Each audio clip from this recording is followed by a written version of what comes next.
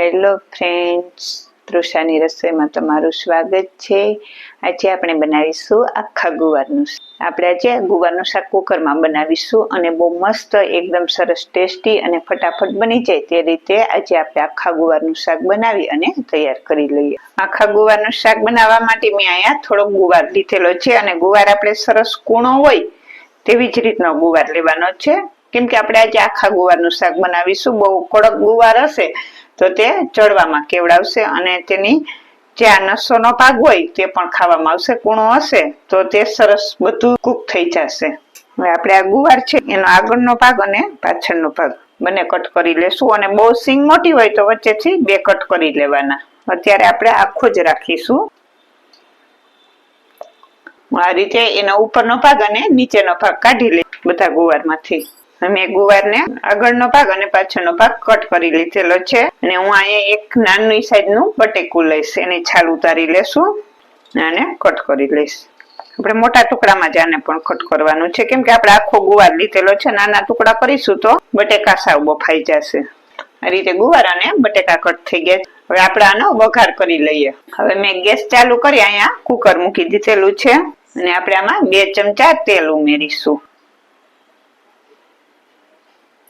તેલ ગરમ થાય એટલે મેં અહીંયા અડધી ચમચી આખું જીરું લીધેલું છે, અડધી ચમચી હળદર પાવડર અને અડધી ચમચી હિંગ અને મેં અહીંયા થોડી લસણની પેસ્ટ લીધેલી છે, તેમાં મેં થોડુંક લાલ મરચું પાવડર અને થોડુંક નિમક ઉમેરેલું છે, તે આપણે ઉમેરી દેશું। અત્યારે શ્રાવણ મહિનો છે અને ઘણા લોકો અત્યારે લસણ ડુંગળી નથી ખાતા હોતા, તો લસણ સ્કીપ કરી દેવાનું, તો નહીં નાખવાનું અને આપણે આ પેસ્ટને આમાં સાતળી લેવાની છે અને મેં અહીંયા 2 ટમેટાની પ્યુરી કરી લીધેલી છે તે ઉમેરી દેશું।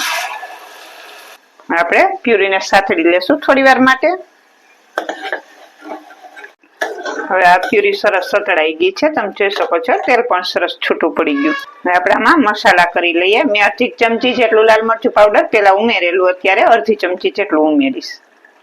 1 ચમચી ધાણા જીરું પાવડર અને થોડુંક નિમક। નિમક આપણે જ્યારે લસણ ખાંડેલું એમાં પણ મેં થોડુંક ઉમેરેલું, તો અત્યારે હું અડધી ચમચી જેટલું ઉમેરીશ। અડધી ચમચી જેટલું ત્યારે ઉમેરેલું એટલે 1 ચમચી એક નિમક ને અડધી ચમચી જેટલો ગરમ મસાલો। એટલે આ બધી વસ્તુને આમાં સારી રીતે મિક્સ કરી લેશું। હવે સરસ આ ટમેટું સતળાઈ ગયું છે અને મસાલા પણ સરસ સતળાઈ ગયા છે। એમાં હું 1 ગ્લાસ પાણી ઉમેરીશ ને જે આપણે આ ગુવાર અને બટેટું કટ કરેલું છે તે આમાં ઉમેરી દેશું।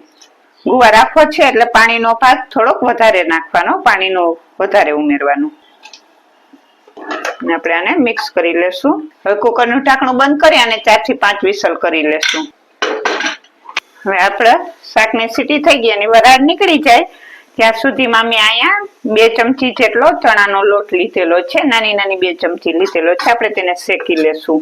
ચણાનો લોટ ના લેવો હોય તો તમે તે જગ્યાએ ચવાણું પણ લઈ શકો, ગાંઠિયાનો ભૂકો પણ લઈ શકો। આપણે શાકમાં વેરવા માટે શેકીએ છીએ લોટ, તો તમે એ પણ લઈ શકો, તમારી ઘરમાં જે હાજર હોય તે લઈ શકો, પણ ચણાનો લોટ બધાના ઘરમાં હાજર જ હોય એટલે માટે મેં ચણાનો લોટ લીધેલો છે।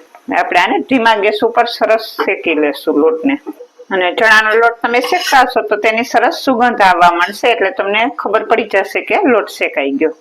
આપણો લોટ શેકાઈ ગયો છે, ગેસ ઓફ કરી દઈએ અને પેન ગરમ છે એટલા માટે હલાવીશું જેથી કરીને બળી ના જાય, કેમ કે આપણે આમાં કોઈ બી વસ્તુ નથી ઉમેરેલી, કોરો જ લોટ શેકીએ છીએ આપણે, એમનેમ જ લોટને શેકેલો છે એટલા માટે સેજો હલાવતા રહેવાનું।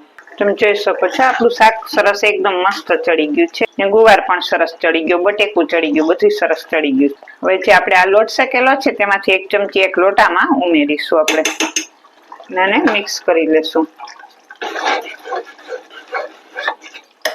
આપણું મસ્ત મજાનું આખા ગુવારનું શાક બનીને તૈયાર થઈ ગયું છે। આપણે ગેસ ઓફ કરી દઈએ।